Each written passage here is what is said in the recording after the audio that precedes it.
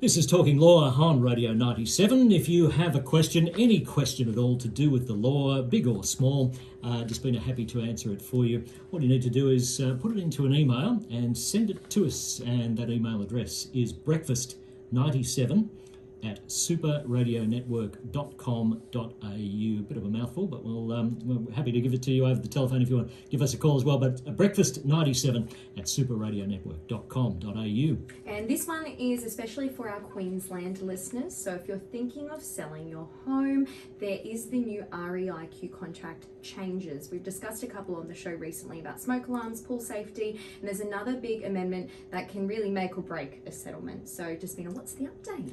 Yes, so I would like to spend a bit of time this morning talking about it because I got a lot of great feedback actually from putting up, we spoke about it on air, and of course on YouTube I posted it about pool safety and smoke alarms. And the feedback was this is really the information we need to understand what we need to do.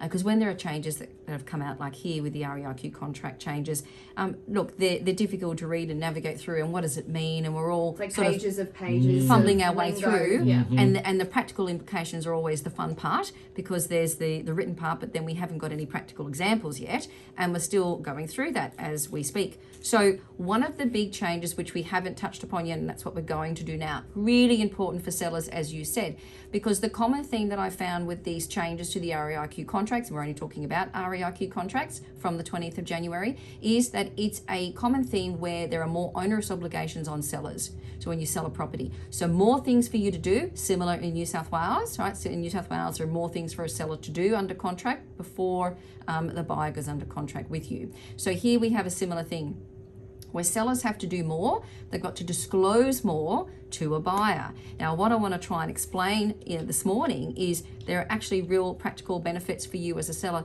to actually do what you're supposed to do.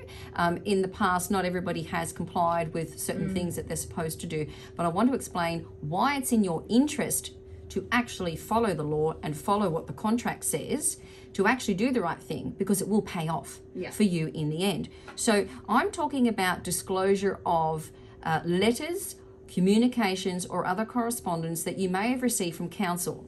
So prior to these changes, pretty much it was common knowledge that, look, if I'm selling a property and I've got a show cause notice or an enforcement notice already that I'm aware of, I'm supposed to do something and fix something to the property, and I haven't really bothered, then you're always supposed to disclose that to the buyer. So that hasn't changed.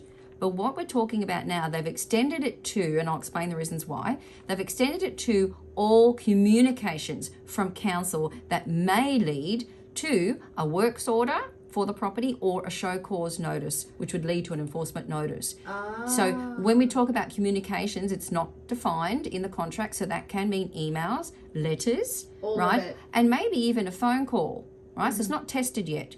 Right, so communications is a very broad term. So what it's saying is, well, look, if the sellers receive that already before they go under contract, before they even market, then they market to sell the property, they are supposed to disclose that. And a failure to disclose is a right of termination now for a buyer. Okay, and how do buyers know? So this is the fun bit, as I call it.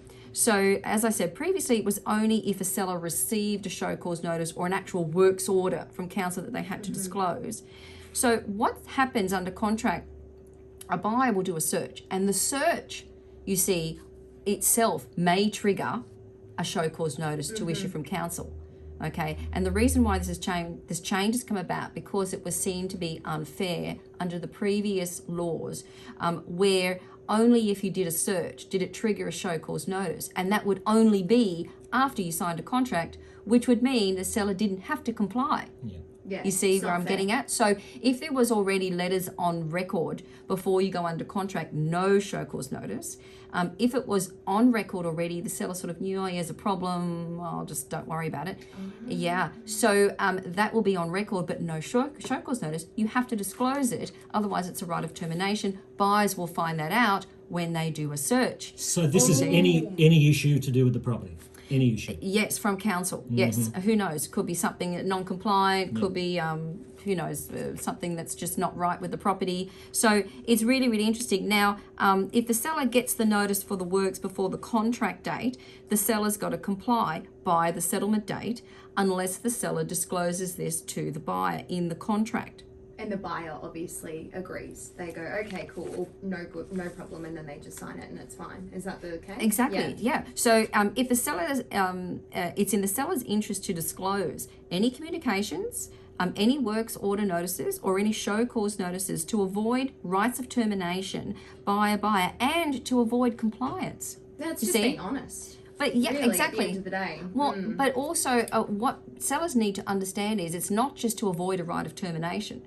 The new changes also say, look, if you've done the right thing, if you've disclosed everything to a buyer, so the buyer before they sign a contract, and that could be attaching it to the contract, special condition in the contract. Here is a works order. Here's a letter from council I got 3 months ago, right, about something to do with the property. Simply attach it to the contract with a special condition. Now, if you do that, the buyer cannot terminate for that reason alone, right? Exactly, yeah. But also, if you do that, the seller doesn't have to comply with it before settlement.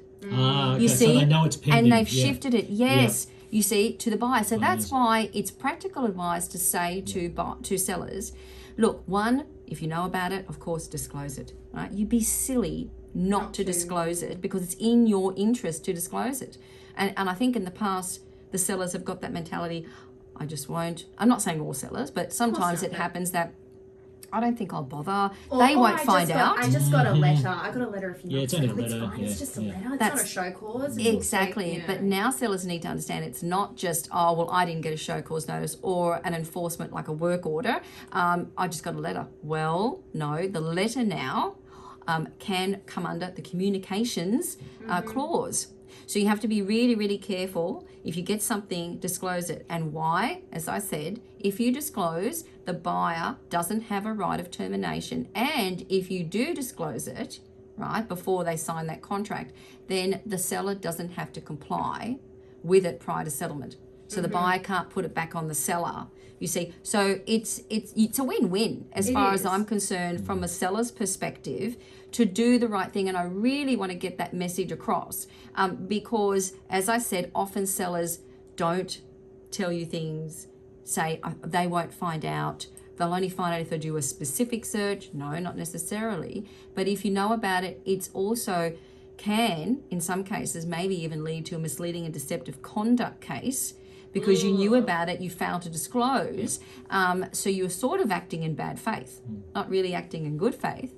And that's not what we want, is it? Yeah, great advice there as always from Despina Priala from boutique law firm Priala Legal. And if anyone does want practical advice, clean and simple, where can they go, Despina? So they can phone the office 55291 294 or they can email us at info@prialalegal.com.au. And if they've happened to miss all of the show or just caught the end of this, then we upload these segments onto the YouTube channel that we have. Easy peasy, just search Priala, Priala. Thank you so much again, Despina and Wayne. Yep, we'll see you at 8:30 next, or 8:30 New South Wales time next Thursday. See you then.